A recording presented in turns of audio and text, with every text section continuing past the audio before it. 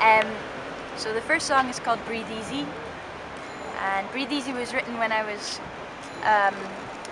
still in school. I was probably about 16, and I'd had a dream about being in the river with all my friends and jumping deep into the water, and then the boy that I liked jumped in also, and I just remember being under the water and turning around and knowing he was there, and he put his hands on my waist, and that was it. We just had a quiet moment underneath the water. It was just really peaceful and placid and beautiful, and it felt great. So I wrote about that, and later on, when I took that song down to Glasgow, a man called Roddy Hart, who's a wonderful musician and songwriter, gave Breathe Easy its bridge, and so that's Breathe Easy.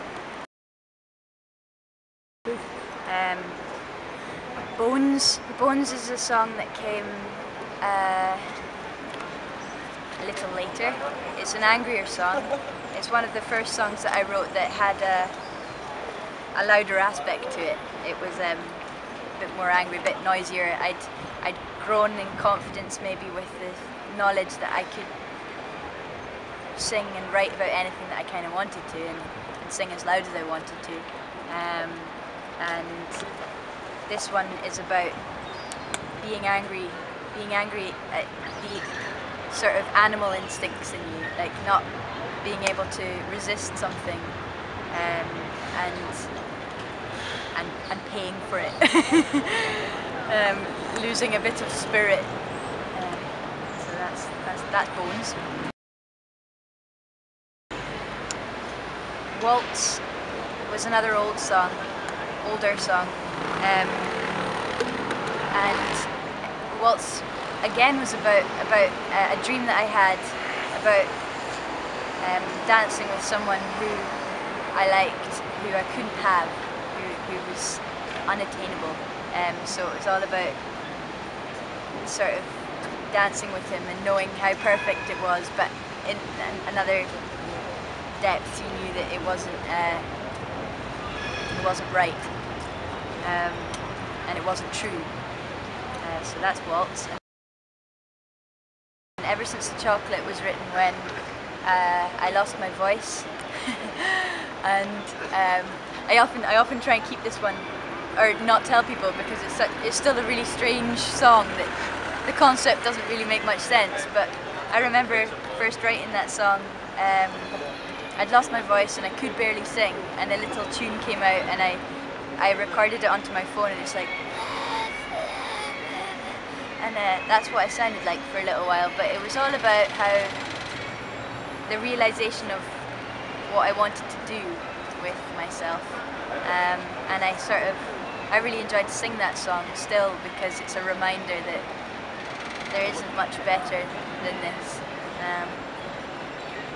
So that's Ever Since the Chocolate. So The Fog is another darker song that came without reason or explanation. I can just remember sitting in my room, and the chords came and the song came, and I went and played it to my mum, and she was like, well, that's quite dark, and it is quite dark, and I think it's about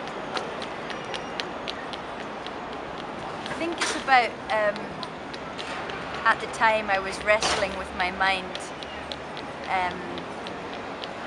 about thinking about I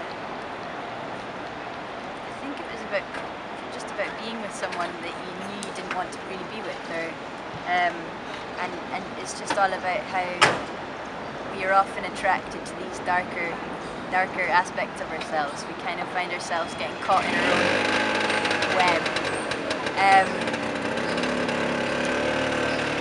So that's The Fog. After that comes Little Prayer, which is a 1-minute song, just complete with vocals. And I wrote that as an ode to my friends. Two in particular, really, because I was just so inspired by how good and warm-hearted they were. And I was just, because you get people, and I include myself, I include the human race in it, I suppose, that just can't they need the attention of the negativity, like they need something to not even to complain about, but something to be sad about and to indulge themselves in. Whereas there were some people who I was so inspired by because they were just they had just as many troubles and problems, but they remained happy and they kept their smile, sort of thing, and they didn't burden anyone else with it, and that's such a difficult thing to do. You want to complain to someone, or you want to just top a story, and they were just happy to keep their troubles quiet to themselves and listen to everybody else. So that's Little Prayer. C, which is also known as Pirate Song, was written just as I was leaving school and things were getting very exciting. I was leaving for London. I was going to go down to London and I was going to meet some cool people and we were going to record, and I was just in a really good space and I was really excited, and but very aware that I could get carried away with myself and with what I was doing and kind of lose everything. So the pirate song is like a story about a girl who becomes the pirate, and she becomes very selfish and she wants to keep everything to herself, keep all the treasure, and inevitably disappears into the sea.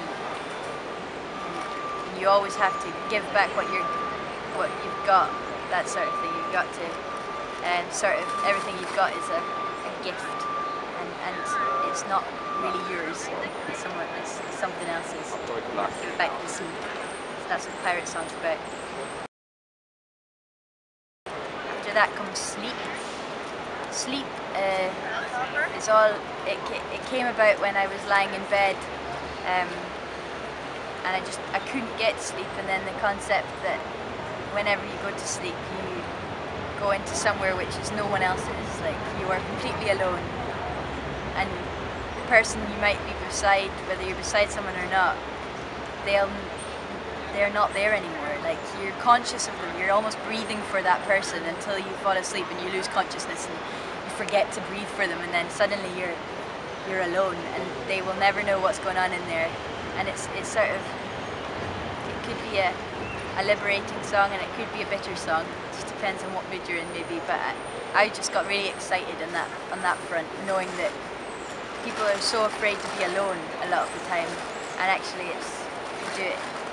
You go there every day or every night. So Sleep is about that. So the Marshmallow Unicorn was named by a Dubliner. I was playing a bunch of open mic nights around Dublin,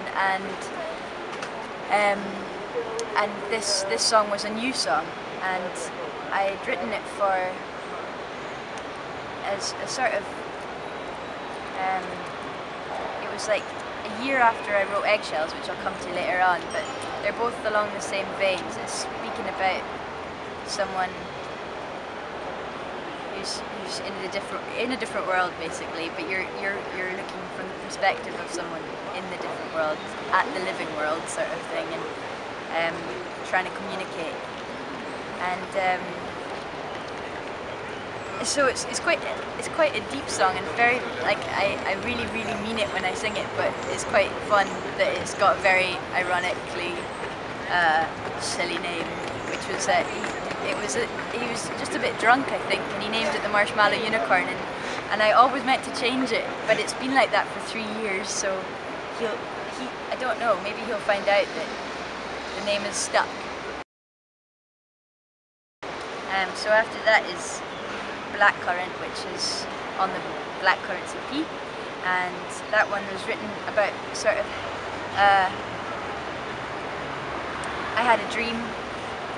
A lot of my songs begin this way, that I was flying and they were very long, sort of thin wings, and it was just very precarious, and I was very sort of excited, thrilled but scared at the same time.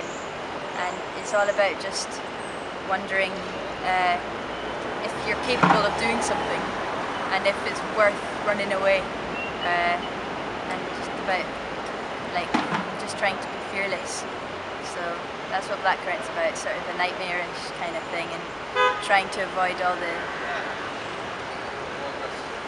sort of obstacles that come into your head that stop you from being creative or stop you from sort of pursuing sort of yourself, really. Not even a career, it was just like, it just felt important to stay true. And then eggshells was the sort of what came before Marshmallow Unicorn, and it's from the perspective of a person in the real world looking out and trying to find the person that they've lost, and trying to deal with all the people who have also lost this person. So that's what eggshells is about. And then the last song, To a Fox, was written when I first saw a fox, and I was very inspired. I don't know why, but I was just struck by the animal. And it was on a train that I saw it on the train tracks. And then the second time I saw a fox was on the road. It was a baby fox, and it was running away from us whilst we were driving through the woods. And so I just sort of thought of these situations and thought of how I kind of wanted to be a fox. And I was convinced at the time, and it was probably just a bit of a self-indulgent thought, but I like it, that maybe in a previous life I was a fox. So I felt this weird, because it just felt like a connection. It was a phase, but it was really interesting, and I loved all that it sort of stood for, the darkness and almost the sneakiness. My dad once told me a really good phrase, which was sharp as a fox, soft as a doe, and it's almost like that idea where, or soft as a doe, sharp as a fox, I don't know, but you kind of, you want to be as gentle as you can to people and listen and stuff like that, but when you need to act. So yeah, To a Fox is for a fox, and I like the foxes, basically. That's the album in all.